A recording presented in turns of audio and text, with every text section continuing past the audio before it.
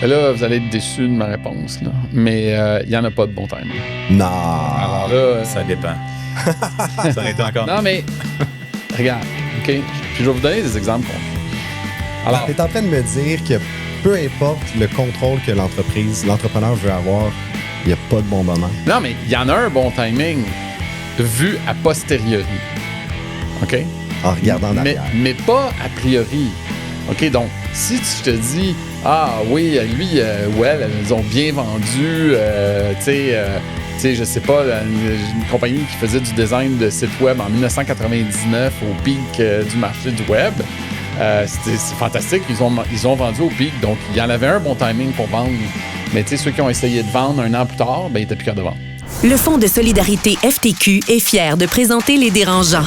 Que vous souhaitiez devenir les premiers, les meilleurs ou les plus grands sur le marché, on prête main forte à des entreprises aux 4 coins du Québec. Au fond, on fait plus qu'investir. On s'investit dans vos projets. Visitez le fonds ftq.com/entreprise. Le podcast de la nouvelle génération d'entrepreneurs au Québec. Les Dérangeants. Les Dérangeants! Bonjour, bienvenue à ce nouvel épisode des Dérangeants. Étienne Crevier à l'animation qui vous souhaite la bienvenue pour un épisode expert masterclass sur les transactions M&A et le reprenariat au Québec. En fait, j'aurais pu avoir avec moi une Fernelle Florent, un Philippe Lamarre, Dominique Gagnon, Marie-Josée Richer ou même une Elisabeth Abatiello. Mais pour cet épisode bonbon où est-ce que je me fais plaisir, je me paye un masterclass sur le M&A, j'ai décidé d'avoir quelqu'un avec qui je vous en ai parlé assez souvent. C'est mon partenaire d'affaires, c'est mon associé, c'est mon Antoine personnel. Il a été mon vice-président des ventes chez Biogénique. Salut Antoine! Salut Étienne, merci pour l'invitation. Tu auras finalement réussi à me faire sortir de l'ombre. Ça aura juste pris 10 ans. Mais écoute, peut-être que je vais te renvoyer dans l'ombre selon ta performance aujourd'hui. Donc, tu n'es pas sorti du bois. Mais comme je le disais d'entrée de jeu, en fait, on est en processus de M&A, toi et moi. On cherche activement à acheter une entreprise. Pourquoi avoir accepté de venir au Dérangeant aujourd'hui de ton côté? Ben écoute, c'est un sujet qui me passionne. C'est tellement important. Puis je pense que c'est tellement plus difficile que les gens réalisent. Avoir un expert ici, puis pouvoir lui poser des questions qui nous brûlent les lèvres, je pense que c'est une super belle occasion. Puis on le dit très souvent, il va y avoir plus de 50 000 entreprises à vendre au Québec dans les 5 prochaines années. Il y a un gros mouvement de reprenariat. Il va manquer de repreneurs. Donc, c'est un épisode pour vous faire plaisir et également pour vous éduquer, pour vraiment vous équiper dans le reprenariat et comment acheter une entreprise. Donc, d'entrée de jeu, vous nous connaissez. Les Dérangeants, c'est quoi? C'est le podcast de la nouvelle génération des entrepreneurs au Québec, fièrement présenté par le Fonds de solidarité FTQ et propulsé par une pléiade de sponsors, donc Kiera Capital Partners. Et qui de mieux que d'avoir le président de Kiera Capital, Jacques Drouin. Bonjour. Bonjour. Merci. Plaisir d'être là à nouveau. À nouveau, c'est rendu à ton 4e épisode, facilement. Pas mal, ouais. T'es rendu un habitué, ma foi. Je suis habitué de vos questions dérangeantes. Et tu n'en feras pas, tu t'en sortiras pas aujourd'hui parce qu'on en a une pléiade pour toi.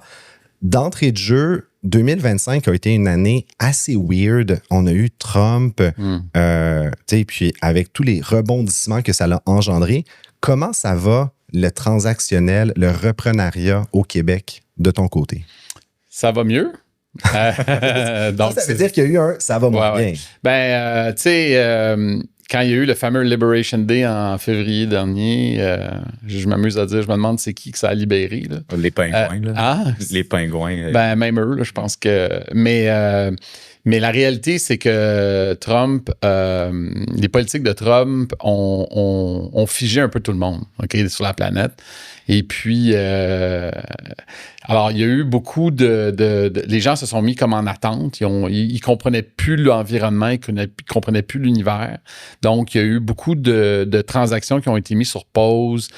Beaucoup de gens qui ont fait une pause, dans le fond, dans leurs activités, pas juste de fusion, acquisition, vente d'entreprise, mais financement d'entreprise. Puis dire, OK, ben là, le monde change, là, il faut que je repense un peu mes choses. Donc, on a vécu cette pause-là, je dirais, du mois de février jusqu'au mois d'août.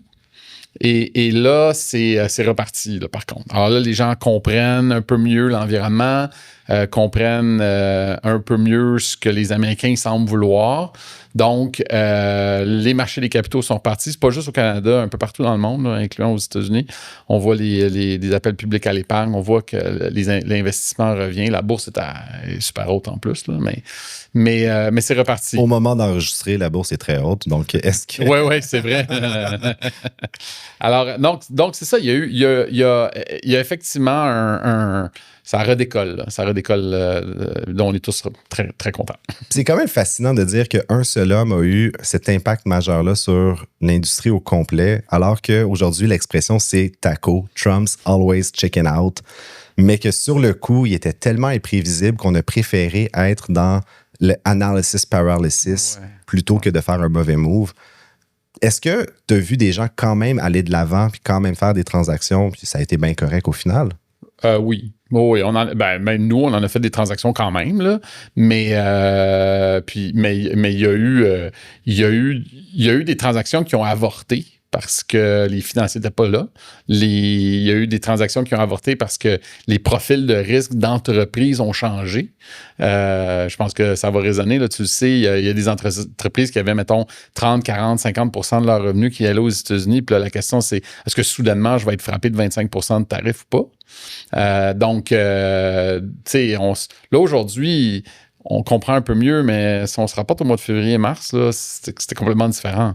Alors, il y a eu plusieurs entreprises où les projets de fusion ou d'acquisition ont déraillé, ou en tout cas, au moins, ont été mis sur pause. Là. Puis oui, il y en a eu quand même, on en a fait des transactions. Il y a des secteurs qui n'ont pas été trop touchés là, par ça. Je pense entre autres le secteur du software, ou des secteurs qui sont très géographiquement localisés, là, qui ne sont pas nécessairement affectés là, par toute cette histoire de tarifs. Une présentation de Kiera Capital, la plus importante banque d'affaires indépendante québécoise offrant des services conseils pour vos projets de vente, d'achat et de financement d'entreprise. Avec plus de 300 collaborateurs dans 35 pays, Kiera Capital vous offre un monde à la hauteur de vos projets. Non, puis ça a été quand même une grosse commotion. Moi, je me souviendrai toujours, j'avais rencontré un entrepreneur qui fabriquait des cuves en acier au Québec et 95% de son chiffre d'affaires, c'était les États-Unis parce que ces cuves en acier coûtaient moins cher qu'une cuve fabriquée aux États-Unis. Du jour au lendemain, son avantage compétitif s'est effondré. Mais il y a un côté de moi qui me dit « T'as peut-être couru après, mon champion. T'as fait de l'argent pendant 20, 25, 30 ans en étant juste le cheap labor américain. Là, tu te surprends que finalement cet avantage-là disparaisse. » Fait que, tu sais, je fais l'avocat du diable ici en disant c'est une tragédie, c'est complètement. On ne souhaite pas qu'une entreprise s'effondre, mais si tu n'as rien d'autre comme moats, comme avantage compétitif, ben, tu as un peu te courir après. On pourrait faire un autre dérangeant juste sur la productivité canadienne là, des entreprises. Là. Je pense que ça vaudrait la peine. Ça, c'est une bonne idée. On va inviter Antoine parce qu'Antoine a vécu la grande entreprise de ton parcours. Puis je pense que tu en as long à dire sur la productivité. Oui, ben, je pense qu'avec tout le AI et tout ça, j'ai beaucoup d'espoir, là, mais il va falloir embarquer. Mais on parle de ça, puis je suis curieux de t'entendre. Je me souviens, on a regardé plusieurs compagnies possibles dans les derniers mois. Il y en avait dans le domaine de l'emballage, dans l'acier. Le transport. Ils ont toutes disparu. Puis je suis curieux, ces entreprises-là, ils veulent se vendre. Là. Est-ce que tu penses qu'ils vont venir dans les prochains mois, dans les prochaines années? Qu'est-ce qui va... Quand tu dis ont disparu, c'est qu'ils ont été enlevés du marché. Ils ont été enlevés du marché, oui. C'est ça. Ils existent encore, mais ils ne sont plus à vendre. Oui, donc ça dépend vraiment. C'était quoi la raison au début? C'était-tu des gens qui étaient opportunistes puis ils avaient trouvé un acheteur potentiel? Est-ce que c'est... Ou ils ont trouvé une autre solution? Peut-être qu'ils ont trouvé une succession, ils ont peut-être fait un management buyout, mais sinon, oui, ça va revenir sur le marché. Puis peut-être aussi que leur entreprise, il y a eu un petit bump on the road, là, puis ils vont vouloir juste revenir au marché quand ça va être des chiffres plus stabilisés. Mais parlons-en. Allons sur le vif du sujet. Notre masterclass aujourd'hui qu'on veut faire avec toi, c'est quel est le bon moment pour vendre son entreprise et combien qu'elle vaut. Fait que, quand on parle justement de tous les impondérables du marché, d'un Trump qui est élu au pouvoir, quel est ton conseil pour un entrepreneur qui pense à son exit puis de lui dire, c'est quoi le bon timing pour vendre? Mais là, vous allez être déçus de ma réponse, là. Mais il n'y en a pas de bon timing. Non! Alors là... ça dépend. Ça aurait été encore... Non, mais regarde, OK? Puis je vais vous donner des exemples concrets. Alors, tu es en train de me dire que peu importe le contrôle que l'entrepreneur veut avoir, il n'y a pas de bon moment. Non, mais il y en a un bon timing vu a posteriori. OK? En regardant en arrière. Mais pas a priori. OK, donc, si tu te dis, ah oui, lui ou elle, elles ont bien vendu, tu sais, je sais pas, une compagnie qui faisait du design de site web en 1999 au pic du marché du web, c'est fantastique, ils ont vendu au pic, donc il y en avait un bon timing pour vendre, mais tu sais, ceux qui ont essayé de vendre un an plus tard, ben, ils n'étaient plus capables de vendre. C'est facile. Alors, tu sais... Puis on va dire que c'était des génies de la finance parce qu'ils ont vendu au pic, mais quand ils étaient dedans, il n'y en avait aucune Ben non, ça, idée. t'as pas d'idée parce que c'est difficile de timer le marché. En fait, c'est pas possible. Ceux qui ont été, mettons, qui ont fait des études universitaires en finance, là, dans ton premier cours de finance, c'est l'une des premières choses que tu apprends, c'est de dire personne ne peut battre le marché. Okay? Tout le monde, là, vous avez tous des REER, des CELI, vous investissez à la bourse. Il n'y a personne qui est capable de battre le marché systématiquement. Oh oui, je l'ai battu cette année. OK, c'était cool. Puis l'année d'après, tu dis rien parce que tu ne l'as pas battu. Mais l'idée, c'est de battre le marché de façon constante, année après année, année après année, année après année, pendant 20, 30, 40 ans. Même Warren Buffett, il a manqué une grosse partie de la vague techno dans les 15-20 dernières années. Mais... alors donc, de dire je vais le timer puis je vais vendre en telle année parce que je sais que ça va être le marché va être à tel endroit et telle chose, c'est impossible de faire ça. Il n'y a personne qui comprend puis qui maîtrise puis qui contrôle tous les éléments puis toutes les variables autour du marché. Tu sais, je vais donner un exemple terrible, OK? Alors, je connais une entreprise qui est dans le domaine du secteur, un secteur de la foresterie, OK? Alors, évidemment, je vais taire le nom. Super belle entreprise, familiale, etc. Des beaux chiffres, etc. Puis là, ben, les Chinois ont commencé à faire du dumping dans la planche de bois au Canada dans les dernières années, dans les 10 dernières années. Puis là, il y a eu de la compétition déloyale. OK? Fait que là, évidemment, ça a affecté négativement leurs chiffres. Puis là, ben, c'était-tu le temps de vendre? Ils disaient, ben non, c'est pas le temps de vendre là, parce que, tu sais, ça va revenir. Ça va revenir, on va se trouver une solution, etc. Puis là, ben, il se fait frapper des tarifs. Oh boy. Fait que, tu sais, c'est comme le perfect storm. Et en plus de ça, il y a un ralentissement économique, il y a un ralentissement des nouveaux bâtiments, etc. Je veux dire, c'est des situations terribles. Si j'avais parlé à cet individu-là il y a 2 ans, il n'aurait jamais pu savoir ce qu'allait s'en venir. C'est impossible. Bon, là, tu vas peut-être me dire, OK, mais là, c'est évident que c'est pas là le temps de vendre. OK? Peut-être, mais peut-être pas. Alors, tu sais, la question, en fait, c'est de savoir qu'est-ce que tu dois faire pour être prêt pour vendre quand tu penses que ça va être le temps de vendre pour toi. Ben, c'est un peu ma prochaine question. Dans le fond, si on ne peut pas timer le marché, qu'est-ce qu'un entrepreneur devrait, en principe, est-ce qu'il devrait toujours être à vendre? Il faut toujours qu'il soit prêt à être vendu. Parce que je pense un peu, puis je suis pas un surfeur, là, mais je pense un peu aux analogies de surf, là, de faut que tu attendes une vague. Puis je suis d'accord avec toi que timer là, parfaitement, c'est quoi le plus haut puis le pic. Je pense pas que ça se fait, mais au moins de sentir que tu es sur une vague. Moi, je pense beaucoup à ma dernière expérience en télémédecine où c'était vraiment là, la folie pour la télémédecine. On était en pleine pandémie. Mais parle-en, 30 secondes, parce que tu étais dans une start-up, puis ça a été une vague monstrueuse, là. Écoute, je me souviens, en 2019, on essaie de convaincre des clients comme CN de faire des projets pilotes dans le nord du Québec. Avec 100 employés. Pour démontrer qu'il y avait un retour sur l'investissement, que la personne qui était dans le Grand Nord n'avait pas besoin de se déplacer dans une clinique, puis que la télémédecine avait un retour sur l'investissement. Ben, le 12 mars 2020, ils appellent le matin à 8 h, puis ils disent « Oublie ça, les projets pilotes, là, on lance tout le monde maintenant. » Ça a été fou, là, cette année-là, ça a été fou, complètement fou, mais en même temps, on aurait pu se dire, ben OK, on attend 2 ans, 3 ans, puis tout. Mais il y a eu une offre de TELUS Santé, puis bon, la compagnie a été vendue. Puis quand on regarde ça en rétrospective, un peu comme tu disais, Jacques, finalement, ça a été le pic. Je suis convaincu que l'entreprise vendrait pour moins aujourd'hui. Mais quand même, on sentait la vague, tu sais. Puis évidemment, qui dit vague dit qu'à un moment donné, ça va descendre. Mais à ton point, Étienne, est-ce que c'est pas plutôt d'être prêt pour quand on sent qu'il y a une vague ou si tu dis non, il ne faudrait même pas attendre la vague? Ben, regarde, OK, je vais juste prendre un pas de recul. OK? Alors, oui, il existe des vagues. OK? N'importe qui en ce moment, par exemple, là, qui s'intéresse à tout ce qui est HVAC dans le système, là, sent bien qu'il y a une vague. Tout le monde va acheter du HVAC. Ça, c'est fascinant. C'est extraordinaire. Là. Ça. Pourquoi le HVAC particulièrement?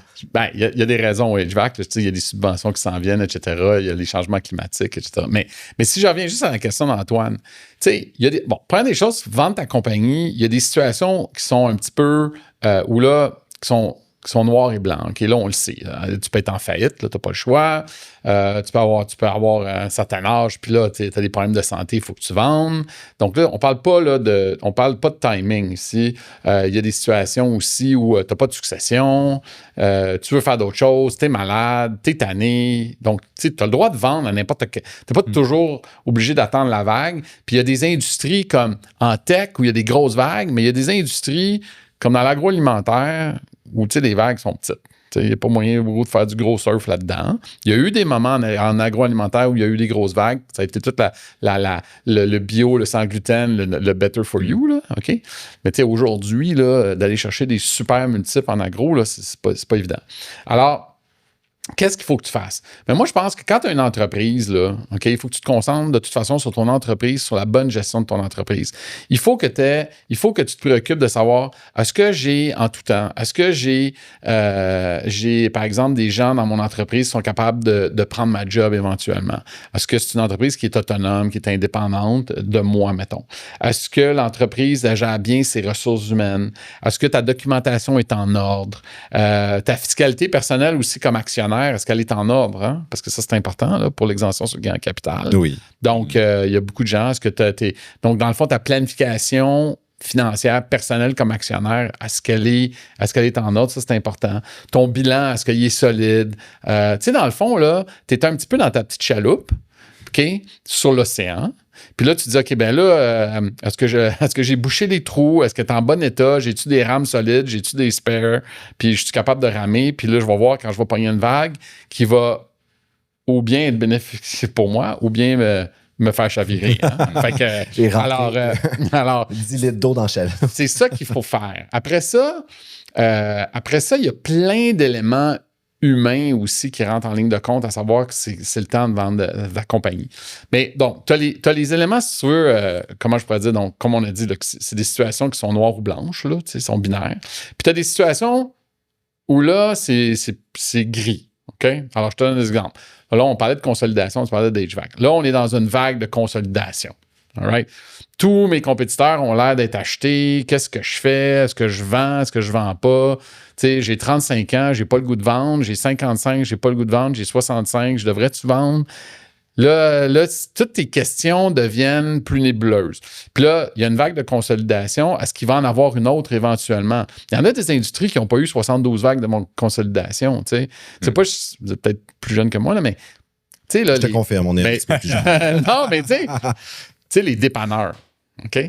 Moi, quand j'étais jeune, là, les dépanneurs, il y en avait partout, à tous les coins de rue, des dépanneurs indépendants. Aujourd'hui, il y a des couche-tard, puis ça finit là. Hein? OK? Fait que, tu sais, c'est à peu près tout. Là. Puis il n'y en a pas eu des nouveaux qui ont pop-up depuis. Non, je pense que sa position dominante. Je pense que la consolidation du dépanneur au Canada est faite. OK? C'est pas pour rien que couche-tard, il essaie d'acheter au Japon. Là. C'est parce que, tu sais. Alors, mais donc, il y a des industries où la consolidation, ça a été fait, c'est fini, c'est en arrière. Il y en a d'autres, il va y avoir des vagues, OK? Tu ne sais pas quand ça va être la prochaine vague. Alors, il faut que tu te poses la question. Oui, je pense qu'il y a des situations où tu peux te poser la question. Ensuite de ça, tu as des situations où c'est peut-être pas une consolidation, tu as un acheteur crédible à tes yeux qui t'a approché. Puis là, il dit, regardons ça, il m'approche, c'est intéressant, c'est un gros acheteur, il paye bien, j'ai entendu des transactions qu'ils ont faites. Puis là, ça suscite dans le fond des questionnements. Ça vient titiller, là. C'est vraiment l'offre non sollicitée. Exactement. Alors là, tu peux te poser la question. L'autre chose aussi, il y a des situations, tu sais, on en parlait, toi puis moi, là, mais des situations plus touchy, OK? Il y a le fameux syndrome, où c'est le principe de Peters, là, où là, l'entrepreneur aurait atteint son seuil d'incompétence. OK? Ça veut dire qu'il n'est plus capable vraiment de faire croître l'entreprise. Donc, il était bien bon de 0 à 12 millions, là, mais le 15 à 25, là, c'est pas pour lui. Puis, tu sais, on l'a tous, ce principe-là. On va tous atteindre un jour notre principe de Peters. C'est pas mauvais. Il faut juste en être à un moment donné conscient de dire, bon, mais là, je suis au bout de... Tu sais, j'ai donné ce que j'avais à donner. Je commence à avoir de la misère à penser à d'autres choses. Puis ça, c'est difficile pour l'entrepreneur. Ouais, tu dois pas en avoir ben qui vient dans ton bureau qui dit j'ai atteint le principe de Peters. Je dis, ça doit être assez rare. Nous, dans toute notre recherche, on a regardé je sais pas combien d'entreprises, puis je pense qu'il y a juste 2 entrepreneurs qui me font penser à ce que tu dis. Il y en a un là, que je pense, lui, c'était un ingénieur vraiment excellent job qu'il a fait. Son usine, il l'a robotisé. Là, il y avait des robots partout.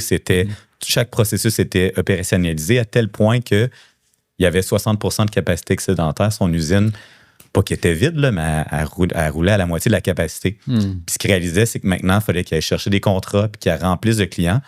Puis il nous a dit, ben j'aime pas ça, je suis pas bon, c'est pas ça que je veux faire, puis c'est pour ça que je vends. Puis j'avais fait, wow, bravo d'avoir l'humilité puis l'introspection pour être capable de reconnaître ça. Mais c'est quasiment de servir sur un plateau d'argent un plan stratégique. C'est de dire, les gars, c'est ça l'opportunité, ça vous tente dessus. Tu n'as même pas besoin de te casser le bicycle quand tu l'analyses. Ouais. Mais honnêtement, nous, on en voit des gens. Okay? Il y en a quand même des gens qui nous approchent, qui vont nous dire, ben, tu sais, je veux la vendre parce que la prochaine étape n'est pas faite pour moi. OK? Pour des raisons, ça peut être des raisons managériales, OK? Donc, ils ne veulent pas le faire. Ça peut être des raisons que ça va prendre des investissements importants. Moi, c'est ce que j'appelle le point d'inflexion, où là, ça va prendre des investissements importants dans l'organisation. Puis à ce moment-là, ben c'est comme si tu repotais tout ton cash encore. Tu remettais tout ton cash sur la table, puis tu jouais encore. Alors là, tu sais, il y en a qui ne veulent pas, puis tu sais, c'est correct. Puis il y a aussi des situations où ils n'ont plus l'énergie ou plus le goût. Moi, puis tu sais, l'affaire de plus le goût, nous autres, on en a vu des entreprises, des jeunes entrepreneurs, des entrepreneurs en trentaine, sont venus nous voir, on disait, moi, je suis tanné. Je suis tanné, je veux faire d'autres choses. Ah ouais? C'est pas parce que tu es un entrepreneur et que tu as créé ton entreprise que nécessairement tu vas t'offrir jusqu'à 70 ans. Là. Puis c'est pas vrai que... Puis j'en ai qui ont 70 ans et qui veulent pas laisser aller parce qu'ils se font encore bien du fun. Alors, alors, pour l'affaire du principe de Peters, ils vont pas m'approcher en me disant j'ai le principe de Peters, mais il y en a qui vont le verbaliser. Il y en a qui le verbalisent pas. OK. Mais puis ça, c'est un autre problème. Mais généralement, ça va être leurs amis, leurs femmes, leurs maris. Souvent, c'est les gestionnaires internes qui cognent à la porte, qui disent hey, écoute, il faudrait qu'on fasse ci, il faudrait qu'on fasse ça. Puis des fois, ils se mettent à perdre leurs bons éléments aussi. Parce que, tu sais, si tu as des gestionnaires de haute qualité qui, là, ben, ils sont là puis ils tournent en rond parce que ton entreprise, elle va nulle part. Mais c'est-tu ta job à toi de le verbaliser pour eux? T'as-tu déjà eu une conversation avec un vendeur, un cédant, puis tu devais lui dire sans détruire son ego nécessairement? Ça m'arrive pas tout le temps, ça m'arrive pas souvent. Ça m'est déjà arrivé d'avoir des discussions un peu plus dures. Mais c'est peut-être pas le problème de tes employés, c'est peut-être toi le problème. Non, ça peut arriver. OK. Mais, tu sais, on n'est pas des psychologues, là, on n'est pas là pour faire ce job-là, mais des fois, on développe des relations, tu sais, quand même assez proches avec nos clients, de respect, puis on est capable de dire des choses, puis ça marche. Des fois, ils ne veulent pas l'entendre, c'est correct aussi. Tu sais, moi aussi, j'ai déjà été président d'entreprise, fait que j'ai fait face à cette question-là, là, tu sais. Puis, je veux quand même creuser ces éléments-là que tu dis, parce qu'on appellerait ça, tu sais, grosso modo, les déclencheurs. Ouais. Tu sais, s'il n'y a pas de bon timing pour vendre son entreprise, dans le fond, c'est que ce qui va décider, c'est les déclencheurs, comme tu disais, le principe de Peters, la vague de consolidation, l'offre non sollicitée. Quand tu as une offre d'un gros joueur américain ou d'un fonds d'investissement européen qui arrive, c'est quoi la première chose à faire et les choses à ne pas faire? La première chose à faire, c'est que si la personne qui vous appelle semble être crédible, OK, c'est d'écouter. Moi, je dis aux gens, écoutez. Négocie pas tout de suite. Là. Non. Écoutez. Puis, écoutez, voir pourquoi il vous a... le problème souvent dans les entreprises, c'est que, puis c'est vrai dans bien des affaires, les gens sont fiers de ce qu'ils font. OK? Puis sont toujours, un entrepreneur ou une entrepreneur, c'est toujours en mode vente. OK? Quand ils parlent, c'est toujours pour te vendre quelque chose. OK? Ça, vous l'avez déjà vu. Oui, Ils vendent. C'est J'ai ça, des été fois. ça pendant très, très longtemps. Non, mais tu sais, c'est dur des fois parce que tu veux convaincre toujours. Oui, mais au début, ça t'excite, puis c'est bien. Puis à un moment donné, tu réalises, OK, mais c'est parce qu'il me dit pas les choses que là, j'ai besoin de savoir parce que ça devient crunchy. Donc, à un moment donné, il faut que l'entrepreneur se mette dans un mode peut-être différent parce que on dirait que oui, il faut que tu le fasses avancer, puis tu fais un pitch, puis tu vends. Mais ça devient tellement précis, le M&A, puis ça devient tellement plus comptable et juridique que le pitch, des fois, on dirait que ça devient un espèce de dialogue de sourds quand que tu fais adresser les bouts crunchy là, de la compagnie. Ouais, mais ça, c'est quand tu es déjà enclenché dans le processus. Mais quand quelqu'un t'appelle là, non sollicité, tu as toujours tendance à vendre, OK? Fait que la personne, elle va vendre. Moi, Ça va bien. Ouais, c'est extraordinaire. Ouais. Moi, je leur dis toujours, OK, vous pouvez parler de votre entreprise, mais il faut aussi arriver à se taire puis écouter ce que l'autre veut. Pourquoi il vous appelle? Qu'est-ce qu'il voit là-dedans? Essayez toujours d'écouter puis de poser des questions au lieu de répondre aux siennes. Puis d'aller chercher l'information. Puis après ça, vous pourrez analyser et dire, c'était-tu intelligent, c'était-tu pas intelligent, pourquoi il m'appelait, c'est-tu solide, c'est-tu pas solide, c'est sérieux, c'est pas sérieux, etc. Essayez d'en apprendre plus sur lui ou elle plutôt que eux en apprendre sur vous. Tu sais, dans le fond, c'est un peu ça. Après ça, tu prendras une décision à savoir est-ce que tu vas continuer la discussion. Moi, c'est ça ma recommandation. Ben là. C'est une très bonne recommandation, en fait. Puis ce qui m'amène au point de dire tu reçois une offre qui est des fois non sollicitée, des fois, ça peut être un joueur local, un compétiteur. Puis c'est toujours la grande question combien vaut mon entreprise? C'est quoi? Le mythe le plus répandu de la valorisation d'une PME, parce que, mon Dieu, que je l'ai vu souvent avec Antoine, on approche des vendeurs et dit hey, ça fait 20 ans, 30 ans que je mets ma sueur, fait que je veux 30 ans de sueur pour me payer, puis mon entreprise, elle vaut 100 millions parce que je veux 100 millions pour ma retraite. Tu regardes les chiffres, t'es comme, excuse-moi mon Serge, mais ça vaut pas 100 millions pantoute, là. Je pense que le meilleur, c'est mon chum que je joue au golf avec a eu 100 millions, donc je veux 100 millions. Ça, c'est la meilleure méthode comptable. Je veux 101 millions. Moi, je veux 101 millions parce que mon chum a eu 100 millions. Ouais, ben, la question de la valo, là, c'est la question à 100 millions, là, justement. Là. 101 millions. Comment je pourrais faire ça? Mais c'est sûr que le concept de base, là, c'est de dire que quelqu'un qui achète une entreprise, ultimement, c'est pour faire des profits. Oui. Bon, on va commencer à la base, là, OK? La base, c'est de faire des profits. Pas juste faire des revenus, de l'argent, de faire des profits. Fait que toutes les méthodes d'évaluation qui existent d'entreprise, en anglais, là, c'est du earnings power.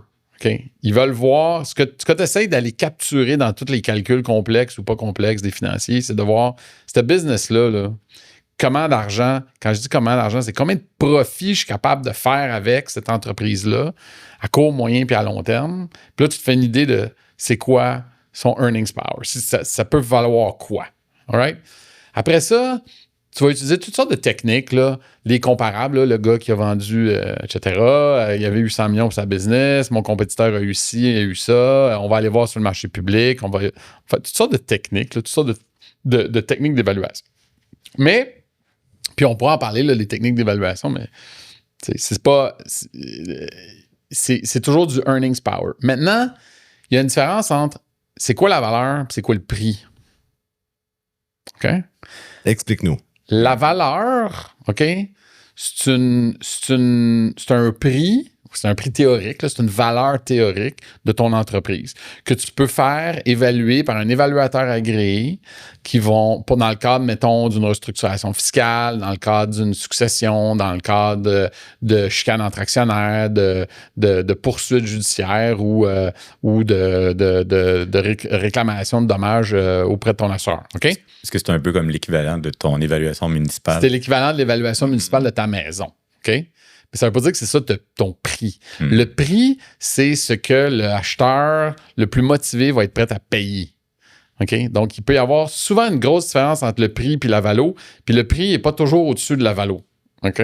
Fait que ça aussi, en immobilier, on est habitué que le prix, c'est toujours au-dessus de l'évaluation municipale. Qu'est-ce qui va faire en sorte que le prix va être en dessous de la valo? Les taux d'intérêt, par exemple? Ou... Ben, il y a des compagnies qui n'ont pas capable de les vendre pas en tout. Ah ouais. Fait que le prix, c'est 0. Quand t'es pas capable de vendre la compagnie, là, Il n'y a ton pas d'achat. prix, c'est valo. Ça se dit, c'est 0. Personne ne veut ça. Ben, tu sais, ça veut pas dire que la valeur, c'est 0. Je te dis que le prix est 0. C'est ça que les gens comprennent pas. Bon, ça nous arrive pas souvent, mais ça arrive des entreprises qui sont difficiles à vendre. Alors, quand l'entreprise est difficile à vendre, théoriquement, Qu'est-ce qui fait qu'une entreprise... tu sais, s'il n'y a, quoi les pas de éléments? demande, là, il n'y a pas de prix. C'est 0. Puis, tu sais, quand on évalue une entreprise ou quand un acheteur arrive puis dire, ben, finalement, il n'y en a pas d'acheteurs. On n'est pas capable. C'est-tu parce qu'il n'y a pas une bonne équipe? C'est en décroissance? C'est quoi que tu as vu qui était majoritairement le plus grand facteur qui affecte le fait qu'on n'est pas capable de vendre une entreprise? J'avoue que si on analyse c'est quoi le pire dossier, trouver le meilleur dossier va être plus facile après. Là. Ben, écoute, ça ne nous est pas arrivé souvent, OK? Probablement parce qu'on a fait une sélection des clients avec qui on travaillait avant. OK? Mais bon, ça peut arriver. Ce qu'on a vu, en fait, c'est pas tant qu'il n'y avait pas d'acheteurs, mais ce qu'on peut voir, c'est que on peut mettre l'entreprise à vendre sous forme d'un encan. Puis, ceux qui se pointent... Il y a vraiment des encans de ça. Pourquoi on n'a jamais été à un encan d'achat d'entreprise? Ah, mais si tu reçois un email avec un beau teaser de Kera, c'est que tu es dans un encan. Là. Ah, OK. Je voulais ma petite palette. Donc, il peut y avoir une situation où momentanément, les acheteurs, ils sont pas là, mais ils vont être là dans 3 mois ou dans 6 mois. Ça peut arriver, ça. OK? Ça nous est arrivé d'ailleurs. Timing. Là, il y a eu comme un timing issue. Ça peut arriver aussi que tu n'as pas été capable d'aller attirer les bons acheteurs potentiels. Il existe peut-être l'acheteur, c'est juste que tu ne l'as pas appelé. OK? Mm-hmm. Donc, tu as fait peut-être une mauvaise analyse de départ. Peut-être que c'est arrivé dans des cas où ce qu'on voit, par exemple, là, c'est une situation où le vendeur, il ne veut pas appeler tous ses compétiteurs, il ne veut pas appeler... il ne veut pas ouvrir le kimono, dans le fond. Il ne veut pas ouvrir le kimono, puis là, après ça, ben, tu dis, OK, mais je suis pas capable de trouver un acheteur, mais c'est parce que tous tes acheteurs, c'est des acheteurs naturels, tu ne veux pas qu'on les contacte. Mm-hmm. OK? Alors... ben là, tu es un petit peu dans la quadrature du cercle. Hein? Comment tu réagis par rapport à ça? Ben, on essaie de le convaincre, puis après ça, s'il veut pas ou elle veut pas, ben elle veut pas, puis là, ben, on met fin au mandat. Mais comme je dis, c'est arrivé, moi, dans les 11 dernières années chez Kera, c'est arrivé, moi, j'ai compté sur le doigt d'une main. TerraX présente cet épisode du balado Les Dérangeants. En tant qu'accélérateur de start-up technologiques, on vous aide à propulser vos innovations et à vous connecter avec des acteurs clés du milieu des affaires. TerraX accélère votre croissance. Mais je les comprends tellement parce que ça, on l'entend des compagnies qui, à chaque fois qu'il y a un de leurs compétiteurs à vendre, s'en vont voir les chiffres et les livres parce que là, ça leur donne un avantage stratégique, même s'ils donnent un NDA. Moi, je trouve que c'est l'équivalent de quand ton voisin est en vente, tu n'as pas l'intention d'acheter, mais tu vas visiter juste parce que tu veux voir combien toi, ta compagnie vaut et tout ça. Mais ça doit vraiment pas être facile là, d'ouvrir les livres à des compétiteurs et tout. Mais pourtant, non, parce que ça m'est arrivé une fois de regarder une entreprise américaine qui était aux États-Unis, puis honnêtement, c'était straightforward. Là. Même pas d'NDA, puis donne accès au data room. Fait que je sais pas s'il y a une espèce de paranoïa québécoise qu'on a vraiment peur de notre ombre. Ben, je sais pas si c'est juste québécois, là, mais il y a une paranoïa qui, à mon avis, est largement injustifiée.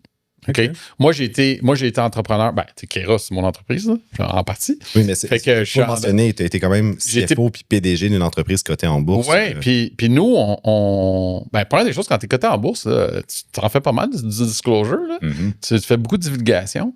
Puis après ça, mais moi, quand j'étais président de ProCep, je m'en souviens, j'ai toujours eu cette... j'ai toujours parlé à mes compétiteurs. Ça ne veut pas dire que je leur donnais tous mes secrets, mais j'entretenais des relations avec mes compétiteurs. C'était pas des gens que je craignais. C'est des gens que, au contraire, j'essayais d'avoir de l'information en étant proche d'eux. Tu sais, on dit souvent, tu es plus proche de tes ennemis que de tes amis. Mais la réalité, c'est que je trouve que souvent, les entrepreneurs, ils ont tellement peur. C'est pas vraiment justifié parce que c'est pas vrai là, que ton compétiteur, là, il va venir sniffer dans tes livres, puis que du jour au lendemain, il va changer tous ses produits, puis tout, pour venir te voler tous sais, tous tes produits, puis tout est... Toute ton clientèle. Toute ta clientèle, puis tout ça. Il est déjà après la même clientèle que toi, là, OK? Donc, je ne dis pas non plus de tout donner les secrets là, dans ta documentation. Tu sais, là où je trouve qu'il y a vraiment une préoccupation qui est valable, c'est surtout de protéger tes ressources humaines. T'sais, c'est surtout ça que tu veux faire attention. Tu veux faire attention que tes ressources humaines ne vont pas se mettre à avoir peur puis s'en aller. Alors, c'est plus une question de communication avec tes ressources humaines. Mais pour le reste, là, si tu as peur de dire, si, mettons, tu es en agroalimentaire puis tu as peur de dire que tu as Costco là, comme client, là, c'est un peu weird quand même. Fait que tu as Costco. Bon, puis tu sais, je veux dire, je sais pas, là, puis genre, je veux dire n'importe quoi, mais Nestlé vient te voir. Tu fais 15 millions de chiffre d'affaires, Nestlé vient te voir. T'sais, Nestlé, là, ils s'en foutent. Là, t'es un pet pour eux. Ben, c'est ça, là, que tu vendes 3 millions ou 3,5 millions chez Costco, là, c'est pas grave. Alors, tu sais. Tes clients, est-ce qu'ils te le disent? Moi, j'aimerais ça vendre à Nestlé parce que je sais pas si les entrepreneurs qui souhaitent vendre vont aussi loin que ça, c'est-à-dire je pourrais être vendu à un aussi gros groupe. Oui, il y en a est-ce que c'est un rêve ou ça il y en a que oui, il y en a qui le disent pas. Il y en a qui ont oui, il y en a qui ont des rêves, là. Puis on essaie de les réaliser, mais oui, il y en a. Pour la question de Gen Z, des dérangeants aujourd'hui, en fait, on voit de plus en plus d'entreprises très associées au personal branding. On ne se le cachera pas, on en a une dans les dérangeants qui est Elisabeth Abatiello avec Pizza Salvatore. Mais on pourrait penser à Elisabeth Rioux avec ses maillots de bain Oka, Olivier Primo qui a été quand même assez très vocal sur les réseaux. Est-ce que le personal branding augmente la valeur d'une entreprise ou la réduit au contraire? Puis est-ce qu'on s'en va vers justement un problème de valorisation d'entreprise dans les prochaines années avec la Gen Z qui est autant justement associée et collée à leur brand? Ben, wow, c'est une bonne question. Prépare-toi, j'en ai d'autres des comme ça. Mais, OK. Mais tu sais, on va prendre Elisabeth, là, parce qu'on connaît, parce qu'elle est sur dérangeant. Elle nous donne le droit d'en parler. Puis là, ben, j'espère, parce qu'on va parler d'elle. Mais, tu sais, dans son cas, je trouve que son branding il est intelligent parce que, en fait, c'est toute la famille Abatiello, c'est toute la famille de restaurants Abatiello qui bénéficie des efforts d'Elisabeth. OK? Je pense qu'ultimement, c'est bien fait parce que c'est vraiment dans le bénéfice de l'entreprise. Right? Elle parle du produit tout le temps. Oui. Alors ça, c'est correct. Maintenant, il y a des gens qui vont faire du personal branding. Ils vont être plus intéressés à brander leur nom que brander l'entreprise. OK? Puis là, ben, dans le fond, tu es en train de dépouiller ton entreprise de sa valeur à ton bénéfice à toi. Oui, on ne se le cachera pas. C'est sûr, c'est l'entreprise qui paye pour ton personal branding. Ouais. Puis là, ben là, la question, c'est si un jour tu veux vendre ton entreprise puis ton nom n'y est plus attaché, ben là, c'est toi qui as un problème. Là, OK? Puis, tu sais, il y en a qui... Tu sais, il y en a, à un moment donné aussi sur les réseaux sociaux, ils sont en train de vendre l'entreprise, vendre les produits, vendre leur nom, faire de la politique, on ne sait plus trop. OK? Fait que, Puis, dans ce contexte-là, c'est quoi le plus grand spread que tu as vu dans ta carrière entre une offre locale d'un compétiteur au coin de la rue qui était, je ne sais pas, à 5 millions, puis là, boum, l'offre du fonds de capital de risque qui rentre à 25 millions, puis là, t'es comme, OK, mon Dieu, c'est... Là, on n'est plus... J'ai vu du simple au double. Simple au double? Ouais. Alors, j'ai vu, tu sais... une offre à 10, une offre à 20 ou une offre à 20? Une offre, j'ai vu, je me souviens, il y a un, puis on s'était dit qu'on en parlerait, là, de la question Québec, là. J'ai vu une entreprise à un moment donné qui me disait, tu sais, 10-12, ça va faire mon affaire. Au Québec, on avait eu des offres entre 9 et 11, puis on avait eu 18 puis 24 à l'étranger. T'es-tu sérieux? Donc, on en a eu une autre aussi. On avait des offres. C'est plate un peu, là. Mais la réalité, c'est que plus souvent qu'autrement, les acheteurs internationaux vont offrir très souvent un meilleur prix que les acheteurs locaux. Est-ce que c'est les mêmes conditions, par contre? Parce que je me souviens, dans un deal qu'on regardait, il nous avait dit qu'on avait fait une offre plus basse, puis un compétiteur avait offert une offre plus haute, mais avec 50% de balance de prix de vente. Puis là, des fois, je me dis, OK, mais c'est peut-être un plus haut prix, mais des conditions, des earn-out, des choses comme ça qui n'atteindront jamais, ou c'est vraiment un plus gros montant et des meilleures conditions? Ben, regarde, moi, je vais te répondre avec une statistique. Si on regarde là, les 175 dernières transactions qu'on a faites chez Kera, il y en a 65% qui viennent de l'étranger. C'est fascinant, pareil. Hein? Donc, il y a eu des meilleures conditions, au moins dans une centaine de cas, là, OK? Dans les entreprises, où c'était préférable. Maintenant, puis est-ce qu'il y a eu plus de chicanes dans les transactions internationales ou dans les transactions locales? Ah non, moi, c'est vraiment dommage que ce que je vais dire, mais j'ai plus de facilité avec les gens à l'étranger qu'avec les locaux. Ah ouais. Est-ce que c'est comme on revient à l'immobilier, là, est-ce que c'est parce qu'ils payent cash sans inspection? Non, mais OK.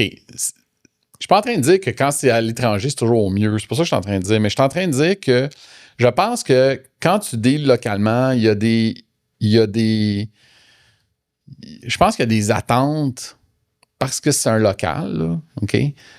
Je sais pas si les gens s'attendent à ce qu'il y ait des faveurs ou des choses comme ça, mais en tout cas, à l'international, première des choses, tu as des effets. Alors, les entreprises sont plus grosses. OK? Le Québec, c'est un petit marché. Alors, les entreprises sont plus petites. Puis là, j'oublie les bons bandits de ce monde, là. OK?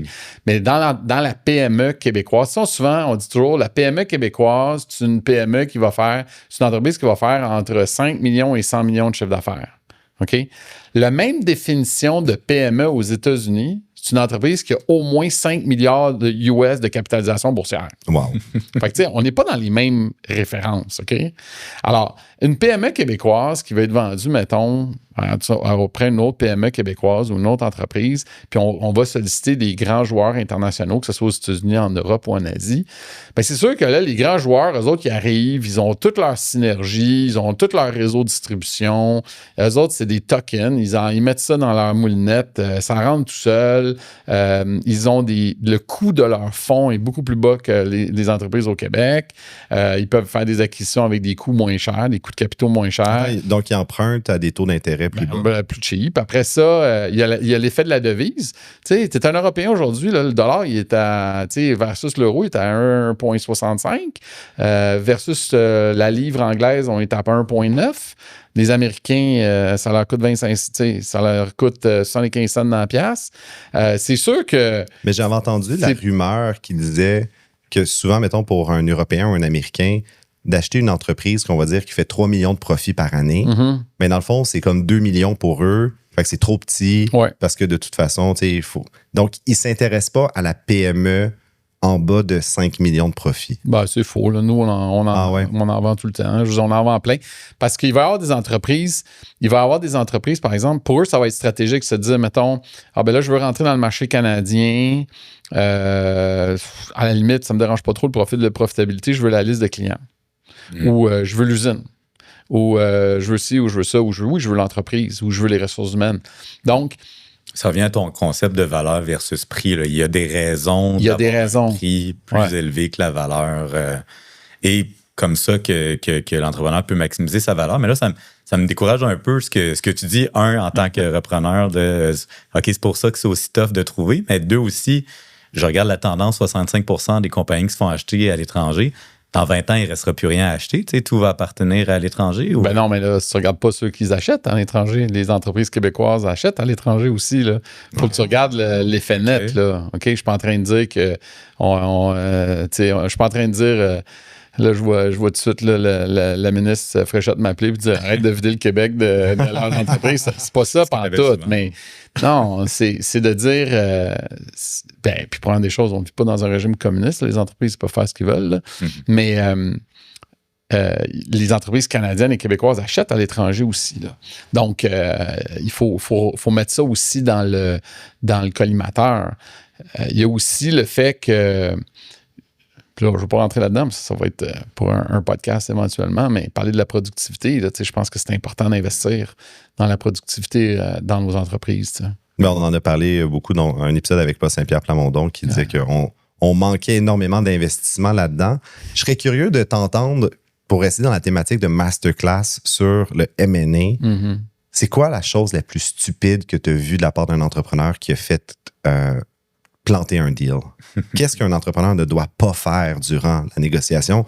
Est-ce que c'est l'ego? Est-ce que c'est les chiffres? Est-ce que c'est le pas tout dire l'information? Ou est-ce qu'il peut être son propre pire ennemi? Tout ce que tu viens de dire. Écoute, ce que je vois qui est, à mon avis, pas très bon, c'est souvent, je vais dire aux entrepreneurs, vous avez mis des décennies à bâtir votre entreprise. Des fois, c'est même de plusieurs générations. Oui. OK? Vous avez mis toute l'énergie de votre famille, l'énergie de tout le monde là-dedans pour bâtir quelque chose d'exceptionnel. Parce que la réalité au Québec, c'est qu'on a des super bonnes entreprises. OK? C'est vrai. Puis là, vous arrivez à la fin, puis vous botchez à la vente. Parce que vous êtes tanné. C'est un peu bizarre quand même. Tu te dis, attends une minute, là, tu as tout fait ça, là, puis à la fin, tu décides de le faire toi-même, genre, OK? Ou tu décides de négocier toi-même, de prendre un mauvais conseiller en fusion-acquisition, prendre des avocats cheap, prendre le comptable du coin de la rue qui a jamais fait de transaction de sa vie. Puis là, pour aller sauver des bouts de scène, là, OK? Puis là, tu botches la vente. Moi, je leur dis, faites pas ça. Avoir un bon avocat, une bonne firme d'avocats qui va vous faire un bon document parce que vous allez vivre après la transaction avec ce document-là qui va être bien rédigé, prendre des bons comptables qui vont vous aider, des bons fiscalistes qui vont faire une bonne structure de transaction, puis un bon aviseur M&A qui va faire en sorte que vous allez avoir le bon acheteur au bon prix. Tu sais, tout ça, le coût de transaction qu'aujourd'hui vous trouvez énorme, je vous jure vous allez rentrer dans votre argent. Non, je suis tellement d'accord avec toi. Je veux dire, quand même que ça coûte 2, 3, 4 5 de frais de transaction, si tous ces gens-là n'arrivent pas ensemble à vous faire gagner 5 sur le prix, là, il y a un problème. Il y a un problème. Alors, tu sais, je veux dire, si ta business, ça vaut 10 millions de dollars, là, OK? Je te jure que je vais être capable de te faire augmenter à 10,5 millions, là, puis tu vas rentrer dans tes frais de transaction. Puis tu vas avoir une meilleure transaction. Puis ça, là, j'ai vu ça, puis moi, j'appelle ça botcher la fin. Ouais, c'est plate. L'histoire est presque finie, puis finalement, tu décides de faire un Game of Thrones de toi-même, puis scraper la dernière saison de... Puis je pense... Je pense qu'il y a une fin après la fin aussi que les entrepreneurs oublient que, parfait, tu as de l'argent dans ton compte en banque, mais souvent, il y a une balance de prix de vente, il y a une période de transition. Ouais. Des fois, il y a des earn-out, des choses comme ça. Puis toutes des choses super importantes à structurer, mais aussi de vivre là, avec cette nouvelle identité-là de pas l'entrepreneur, mais comme le cédant, puis de devoir accompagner des gens, puis d'être des fois lié aux performances financières de ça. Il y a tellement d'impacts là, qui sont un peu sous-estimés après la transaction. C'est un bon point lequel tu accompagnes. Et les responsabilités et les garanties que tu as données. Exact. Au-delà, les représentations et les garanties que tu as données dans ta transaction, si ça a mal été fait depuis le début, si tu as fait une mauvaise divulgation, tu as été mal conseillé par des avocats, des comptables, des fiscalistes puis des aviseurs qui n'étaient pas bons, ben ça va te survivre. Là.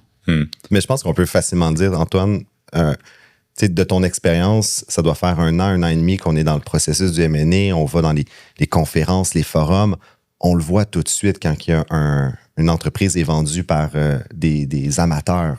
Oui. Puis ça, c'est des choses qui nous rebutent parce qu'on se doute qu'on n'aura pas les vraies réponses, les vrais chiffres. Puis il y a peut-être sur le point là, des choses que les entrepreneurs font qui affectent la valeur de leur business. Je trouve qu'il y en a un qui est insidieux que les entrepreneurs ne se rendent pas compte. Puis c'est de dire qu'ils travaillent fort. Tu l'as bien dit, ils ont tellement travaillé fort pendant longtemps. Puis là, ils nous disent qu'ils travaillent fort, puis à quel point ils sont occupés, puis tout ça.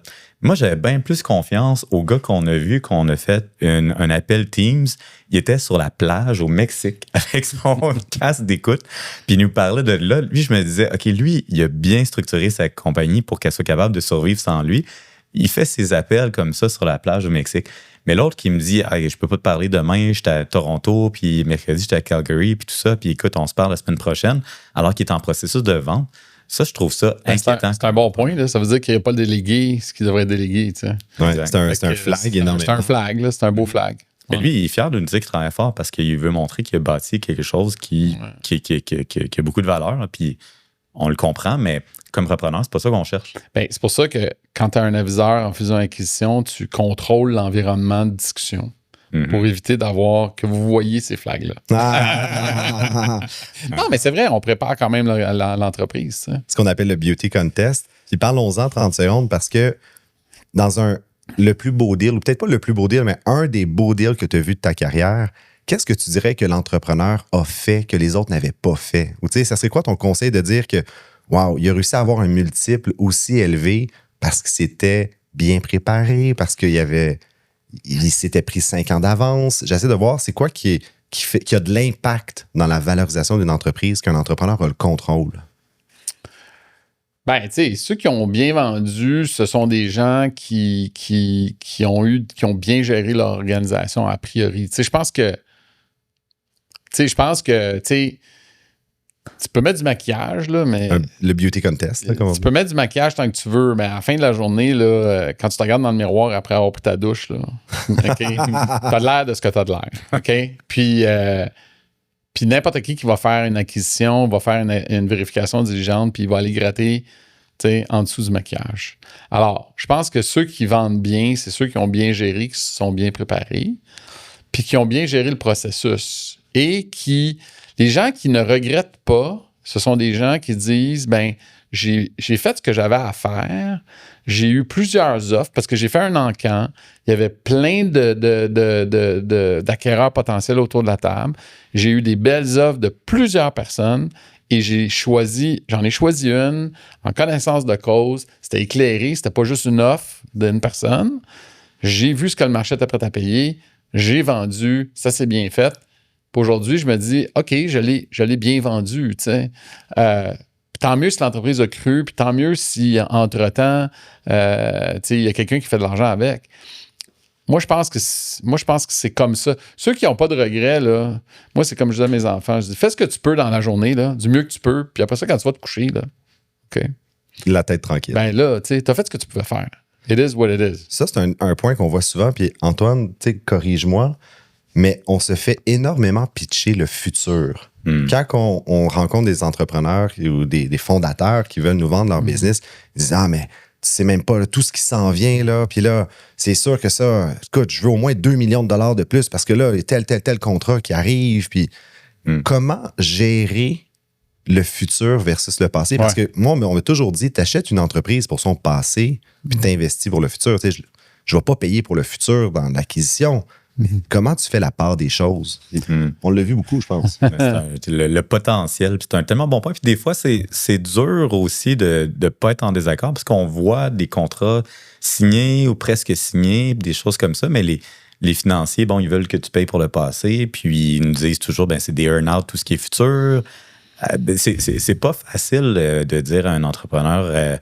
le futur, oui, c'est pour ça qu'on achète, mais on te compenser pour ça, ça va être difficile.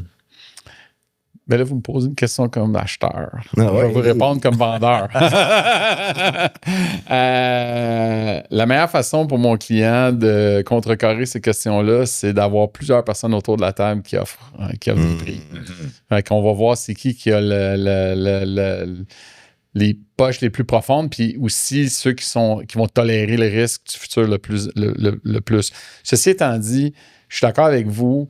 Nous, ce qu'on essaye de faire, c'est d'avoir une documentation qui est la plus adéquate possible, de bien comprendre le passé, ça, je suis d'accord, c'est important, mais aussi de donner de l'information sur ce qui s'en vient, sur ce qui est visible dans ce qui s'en vient, puis d'essayer que, dans le fond, les multiples que les gens vont utiliser de valorisation vont refléter la croissance de la business. Maintenant, des fois, on arrive avec des trop gros gaps d'évaluation. Puis c'est là que les earn-out arrivent. Quand il y a un gros gap d'évaluation qui est irréconciliable, ben là, moi, je me tourne vers mon client et je leur dis, regarde, toi, tu penses ça, eux, ils pensent ça. Après ça, comme on dit en anglais, the proof is in the pudding. Fait que, tu sais, si tu les fais, tes chiffres, ben, ils vont te payer. Puis si tu les fais pas, ben, c'est eux qui avaient raison. T'sais. C'est un peu ça le concept du earn-out. Après ça, il y a comment il est écrit, comment il est suivi, comment qui gère. Puis il y a beaucoup de détails, là, de devil's are in the details dans la balance de vente conditionnelle. Mais ultimement, tu sais, c'est comme ça que tu es capable de... On le voit dans les entreprises qui sont en très, très forte croissance. Ben oui. Tu sais, on en a vu, on a fait une transaction l'année dernière. Tu sais, il y avait... c'était 160 millions payables au closing, puis il y avait, je pense qu'il y avait comme 40% d'earn-out. Il y avait un autre 70 millions par-dessus. De kicker. Parce qu'on n'était pas capable de...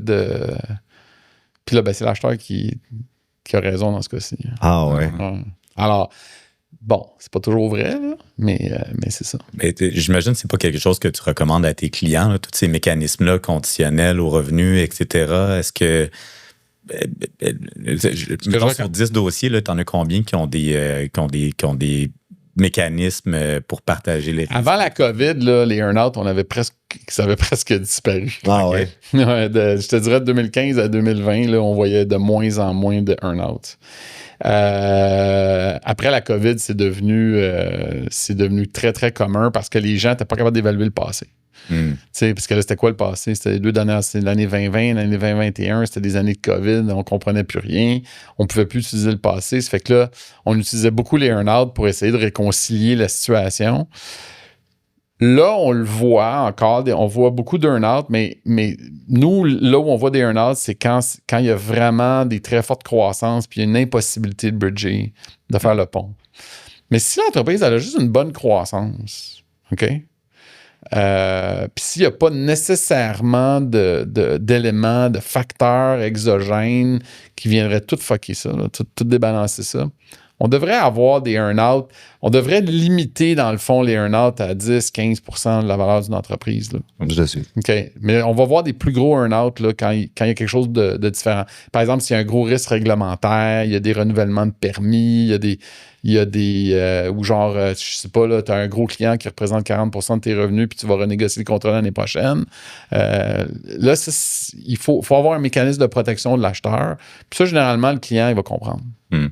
Je sens quand même que dans nos dossiers, que souvent, le gros bout du bâton de la négociation est du côté du vendeur. Puis ce qu'on se fait souvent dire, c'est au pire, je vais juste pas la vendre.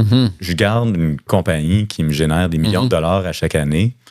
Puis même, j'entends toutes les stratégies qu'on parle là, d'optimisation, d'embaucher un directeur des opérations, un directeur de ci.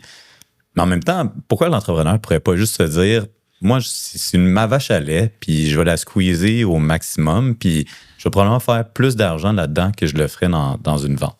Puis, je n'ai pas fait le calcul, ça doit dépendre des entreprises, mais qu'est-ce que tu répondrais à un entrepreneur qui te dit ça?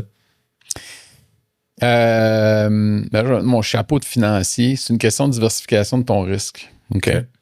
$1 aujourd'hui vaut plus cher qu'un $1 demain. Ben, c'est sûr aussi que si, par exemple, tu as travaillé toute ta vie dans l'entreprise, puis que 100% de tes avoirs sont dans l'entreprise, à un moment donné, il y a une question de te dérisquer un peu puis diversifier tes avoirs. Okay? C'est sûr que si tu t'appelles Bernard Arnault puis tu es président de LVMH, OK, puis que tu es assis sur 50 milliards de dollars, tu t'en fous un peu là, parce que tu n'auras jamais assez d'années devant toi, tes enfants, tes petits-enfants, tes petits-enfants, pour tout brûler ton cash. OK? Mais tu sais, si tu as une entreprise qui vaut 2-3 millions de dollars, là, 4 millions de dollars, 5 millions de dollars, puis là, tu te dis, hey, moi, j'ai tout mis là-dedans, j'ai 65 ans, c'est ma retraite, là. Ouais. Tu sais? Fait que là, faut pas que je rate ma sortie parce que c'est ma retraite. Puis là, si je décide de la garder, la personne qui va éventuellement la gérer pour moi, qui va me verser des dividendes, elle va-tu être capable de générer l'argent que j'ai de besoin pour ma retraite? Moi, je leur dis toujours, ben là, c'est une question de diversification de ton risque, là. OK? Alors, il faut que tu fasses un peu quand même attention parce que tu ne veux pas te retrouver à 80 ans ou à 75 ans mal pris. Alors, moi, c'est ça que je leur réponds. Mais toi, comme acheteur, parce que tu penses comme acheteur, toi, comme acheteur, c'est sûr que tu es en compétition contre tout le monde, incluant le vendeur lui-même qui a toujours le choix de dire, ben, moi, je tire la plug, anyways, je garde mon entreprise. Et qui peut décider finalement avec les offres qu'il a reçues, ben, je vais attendre. C'est dur d'acheter une compagnie. Les gens ne réalisent pas, c'est dur. Mais ce qu'il faut, moi, dans tout ce processus-là, c'est que c'est extrêmement difficile. C'est quasiment une job temps plein acheter une entreprise, mais ce n'est qu'une micro-fraction parce qu'une fois que tu as closé, tu l'as acheté l'entreprise, c'est là que le vrai défi commence. Fait que c'est comme extrêmement d'énergie pour finalement juste t'en acheter plus de jobs plus tard. Ouais. C'est très dur. Les gens ne le réalisent pas, c'est très dur. C'est très dur de trouver la bonne compagnie. C'est très dur de rencontrer les propriétaires, de les convaincre que tu es le bon acheteur. Après ça, de négocier le bon prix, de faire la vérification exigeante. C'est un processus. Oui, c'est du temps plein. Mais là, Jacques, je veux, pour nos auditeurs qui nous écoutent, tu as devant toi un jeune potentiel repreneur de 25, 30, 35 ans québécois qui aimerait ça se faire dire comment faire. Un conseil que tu peux lui donner pour qu'il puisse bien se positionner puis acheter une belle entreprise au Québec d'un Québécois, ça serait quoi? Oui, mais regarde, je sais que je dis ça, c'est difficile, mais c'est faisable, là. OK? Alors. Mais t'en as fait 175. Oui, mais des fois, on représentait le vendeur, des fois, on représentait l'acheteur. OK? Je me souviens, il y a un de mes clients pour qui on a fait plusieurs transactions. Il me dit, écoute, bon, là, je voudrais faire une acquisition. Puis là, il me donne une géographie, puis il me donne une longue liste de secteurs. Fait que là, je voulais n'importe quoi. Oui, un peu. Fait que là, je dis, écoute, Paul, pour les raisons du podcast, parce que c'est pas son vrai nom. On va l'appeler Paul. On va l'appeler Paul. Je dis, écoute, Paul, c'est intéressant, mais là, tu brosses trop large, OK? Tu vas nager dans le grand n'importe quoi, puis on n'arrivera jamais à focaliser quoi que ce soit. Fait que je suis retourné faire ses devoirs, j'ai dit, essaie de réfléchir selon tes intérêts, selon tes expertises et selon tes moyens. Essaie de réduire ça à 1 ou 2 secteurs, OK, dans lesquels tu vas vraiment te sentir à l'aise. Prends le temps, là, c'est pas en voyage, fais le tour du monde, là, puis tu reviendras, là, puis reviens, là, puis focalise sur quelque chose. Bon. Fait que Paul, il a choisi un secteur très précis. Il m'en revient 6 mois plus tard, ça va pour 6 mois. Il dit là, je sais ce que je veux. Je veux ça. Puis je veux ça comme géographie, puis ça, c'est mon budget, puis c'est ça que je veux. Là, tu as dit qu'il était trop précis? Non, non, pas du tout. Pas du tout. Alors, dans ce secteur-là, nous, on lui a trouvé, écoute, de mémoire, c'était à peu près 200 cibles. Oh, quand même. OK? Mais lui, il avait une géographie plus large que le Québec, là. OK. Donc. Mais c'était pas à vendre, c'est 200 cibles que vous pourriez contacter. Là. Absolument. Qu'on a trouvé là, qui fitait à peu près ces critères. Okay? Donc, et puis là, là, c'est le travail du fermier. Là. On laboure. Okay? Donc, ou du chasseur, là, pour faire un meilleur exemple, là, où on va à la chasse. Et là, donc, nous, dans ce cas-ci, on travaille pour l'acheteur. Là, on va à la chasse pour l'acheteur. Mais si le jeune entrepreneur de 30 ans qui veut s'acheter une business, là, il n'a pas les moyens de se payer un aviseur, bien, qu'il réduise ça, puis qu'après ça, qu'il prenne le téléphone, qu'il se fasse sa liste de, je sais pas, 20, 30, 40 compagnies, là, puis qu'il prenne le téléphone, puis qu'il les appelle, puis qu'il aille les rencontrer un après l'autre. Il n'existe aucune autre manière que de faire ça. L'autre façon de faire, c'est tu vas voir Fonds de solidarité, tu vas voir Fonds d'action, tu vas voir la caisse de dépôt, tu vas voir les bureaux d'avocats, tu vas voir les bureaux de comptables. Surtout tu dis à tout le monde. Quand même, Fonds de solidarité, ben, c'est le plus gros de toute façon. Puis tu vas voir tout le monde, puis là, tu leur dis voici, je suis un repreneur, puis je veux acheter une compagnie dans le HVAC, parce que c'est d'actualité. C'est le trend. Puis là, je veux voir tout ce que vous avez à vendre. Le problème, c'est que quand tu reçois un teaser de quelque chose qui est à vendre, ben, tu sais que tu n'es pas le seul à le recevoir. OK? Alors là, tu es en compétition contre toute la planète.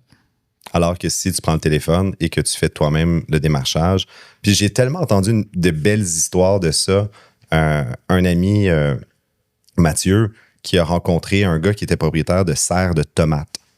Puis lui, c'est un banquier de formation, pas du tout dans l'agriculture, mais ça a tellement été un coup de cœur qu'il l'a identifié comme sa relève. Il est allé shadower, il a travaillé dans l'entreprise avant même de l'acheter pendant 1 an pour s'assurer que le maillage était bon.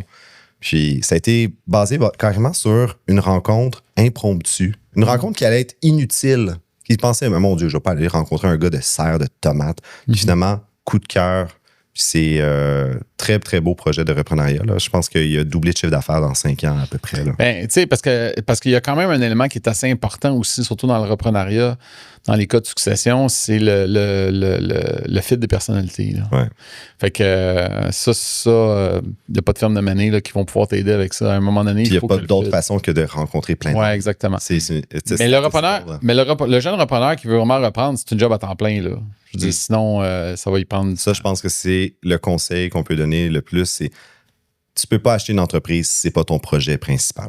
Ça, ça arrivera pas sur un coup de tête, ça va pas tomber du ciel. Faut que ça peut prendre 1 an et demi, 2 ans, puis il faut que tu sois à temps plein parce que c'est vrai que c'est beaucoup de meetings, beaucoup de chiffres Excel.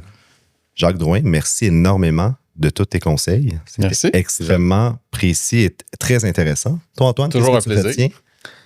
Je retiens que, je me souviens au début de l'année, là, on voyait tous les dossiers sur pause, puis je suis content de voir que tu vas bien, tu souris, le M&A repris, puis même j'ai l'impression là, qu'il y a eu un petit catch-up, là, donc une vague. Là, j'avais entendu que les banques, ça prenait des vacances cet été, là, mais on dirait que les banquiers ont moins pris de vacances cette année, là, tout a été reporté.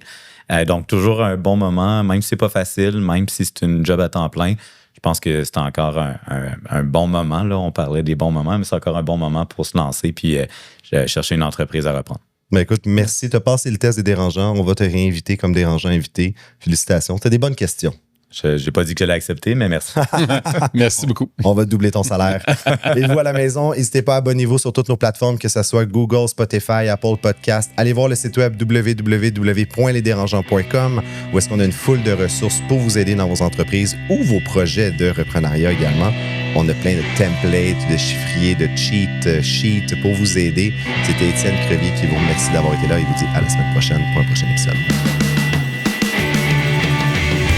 Le podcast de la nouvelle génération d'entrepreneurs au Québec. Les Dérangeants. Les Dérangeants!